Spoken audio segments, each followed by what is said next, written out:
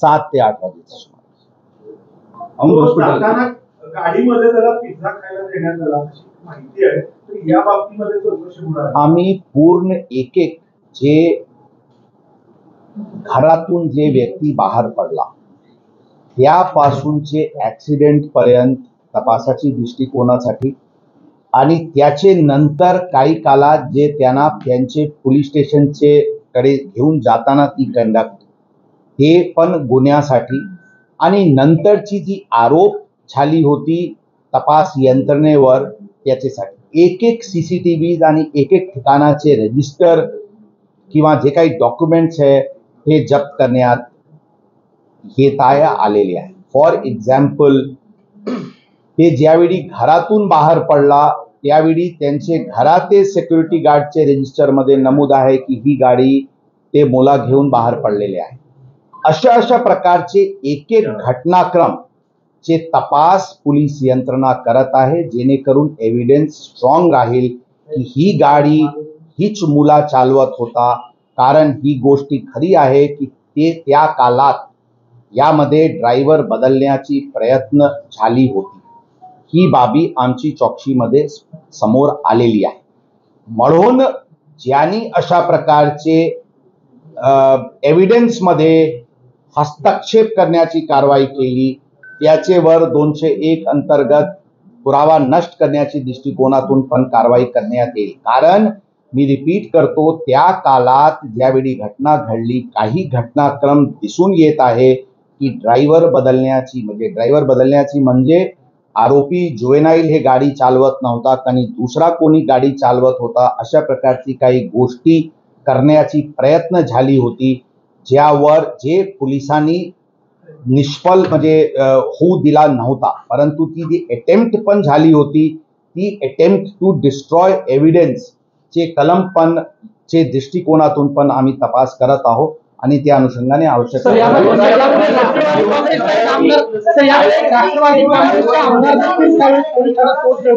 राष्ट्रवादी काँग्रेसचे आमदार देखील यावेळी पोलीस ठाण्यात पोहोचले होते. त्यांचा काय त्यामध्ये रोल आहे का? त्यांनी दबाव टाकला की काय झालं? ड्रायव्हर म्हणाला होता की गाडी मी चालवत होतो आणि त्याच्यावरती काही तुम्ही कारवाई करणार आहात आणि त्याचे मित्रही असंच म्हटलेत का की तू गाडी चालवत नव्हता. स्टेटमेंट मध्ये कॉन्फ्लिक्ट जी आहे आपल्याला आम्ही आपल्याला देखा आम्ही आपल्याला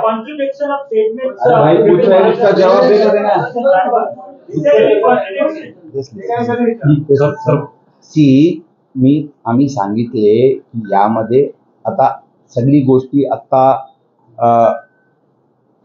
सांगणे उचित नाही होणार. परंतु मी आपल्याला सांगितलेले आहे, मी रिपीट करतो की त्या काळात काही घटनाक्रम जेनेवर ड्रायव्हर बदलण्याची प्रयत्न करण्यात आली होती ही गोष्टी समोर आलेली आहे.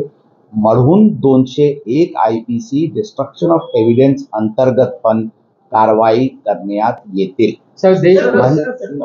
म्हणजे सर्व दिशेंनी सर्व दृष्टीने एक क्रोनॉलॉजिकल सिक्वेन्स ऑफ इव्हेंट म्हणून आम्ही सांगितले की जे अटेम्प्ट होत होता ही बाबी समोर आलेली आहे. जे आपण आणखी विचारले तो बरोबर आहे.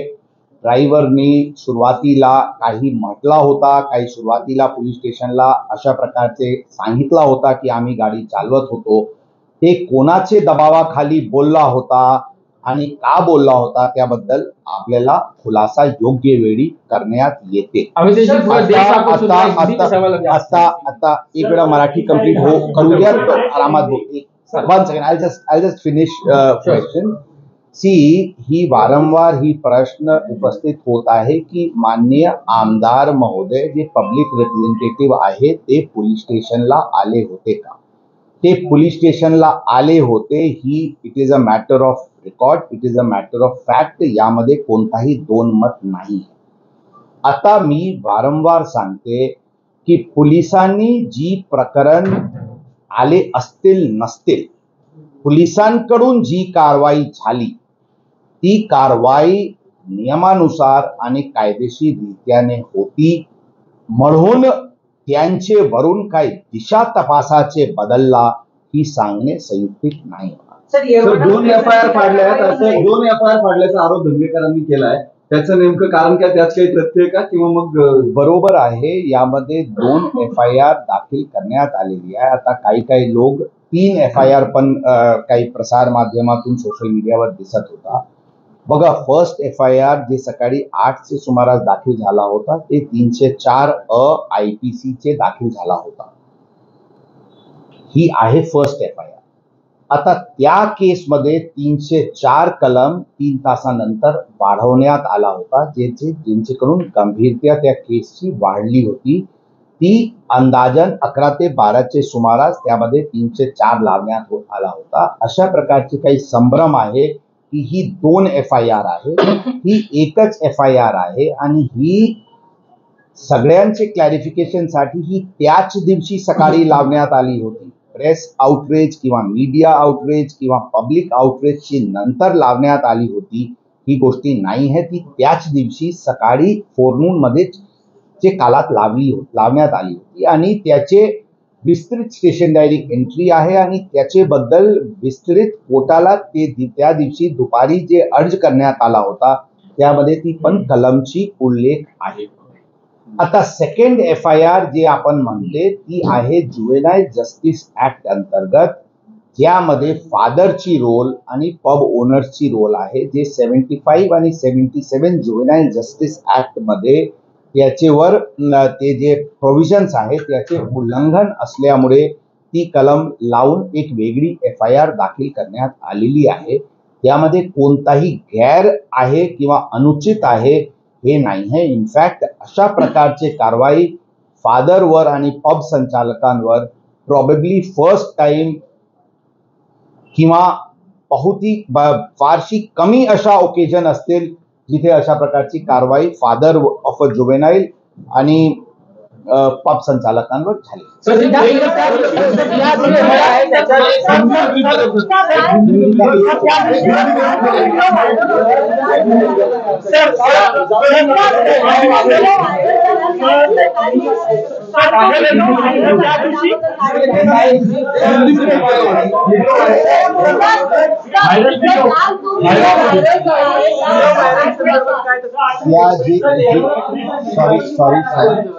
तर त्या दिवशी किती जणांचा ग्रुप होता, किती ग्रुप जण त्या पार्टीत गेले होते आणि किती जणांची आपण संपूर्ण आरोपी इन्क्वायरीची ऑर्डर केलेली होती येरवडा पोलिसांची, त्याचं स्टेटस काय आहे, त्याचं काय झालं? आणि कर्मचारी अधिकारी दुसरी FIR आहे ती कर्मचारी पूर्ण झाले, म्हणजे ती चौकशी पूर्ण झाली का? रिपोर्ट तुमच्याकडे आलाय? सर, दुसरी जी FIR आहे त्याच्यात जे ब्लॅक जे क्लब आहे त्याचे ओनर्स ते संजय चोगडिया आणि ते अतुल चोगडिया आहे का, आणि त्यांना आरोपी का करण्यात नाही आलं, फक्त मॅनेजर आणि दुसऱ्यांना आरोपी का करण्यात आलं, त्याचं एक प्लॅन. आणखी लेट मी कंप्लीट. ओके, जे आपण व्हिडिओ व्हायरल बद्दलची गोष्टी सांगितलेल्या त्यामध्ये आम्ही एक्सप्लोर करत आहे की कोणते कलमांतर्गत गुन्हा दाखल करायचे, त्याबद्दल गुन्हा दाखल करण्याची प्रक्रिया सुरू करण्यात आलेली आहे. त्यामध्ये आवश्यक कारवाई करण्यात.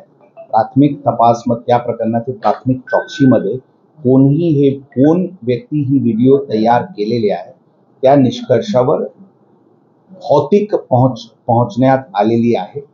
ही व्हिडिओ त्या आरोपी मुलांनी केले नव्हते अशा प्रकारचे प्राथमिकरित्याने दिसते, परंतु त्या गोष्टीवर जे अशा प्रकारचे संभ्रम पसरवण्याची जी प्रकार डिस्कंटेंट पसरवण्याची जे प्रकार करण्यात आलेली आहे त्या अनुषंगाने कारवाई करण्यात येते.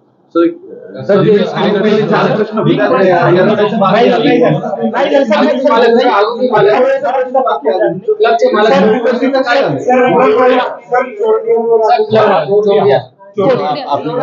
माझा प्रश्न होता, त्या दिवशी अल्पवयीन आरोपी कार चालक आहे, किती जणांचा ग्रुप होता, त्या प्रकरणात त्या गाडीमध्ये टोटल 4 लोक होते अशा प्रकारचे तपासमध्ये दिसून येत आहे. एक गाडी चालवत होता, 2 आणखी मुले होते आणि एक ड्रायव्हर होता. अशा 4 व्यक्ती त्या गाडीमध्ये होते. पार्टी ज्यावेळी पबमध्ये झाली होती त्यामध्ये 7 ते 8 आणखी मुले आले होते अशा प्रकारचे दिसते, परंतु ते या प्रकरणात सध्या 304 प्रकरणमध्ये ते विटनेसेस म्हणून आम्ही त्यांना आजचे डेटमध्ये गृहीत धरतो ड्रायव्हर जे होता त्याचे स्टेटमेंट अत्यंत महत्वाचे आहे, त्याबद्दल आवश्यक ती कारवाई करण्यात येईल. चौकशीचे मी सांगितले प्राथमिकरित्याने झालेली आहे.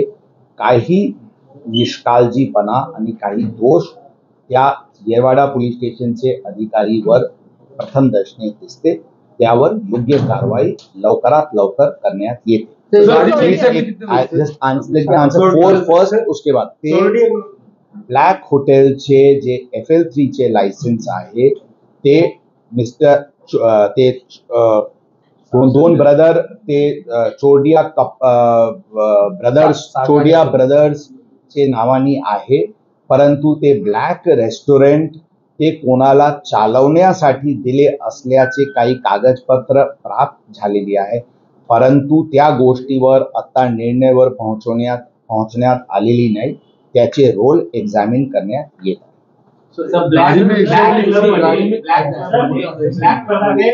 हिंदी चले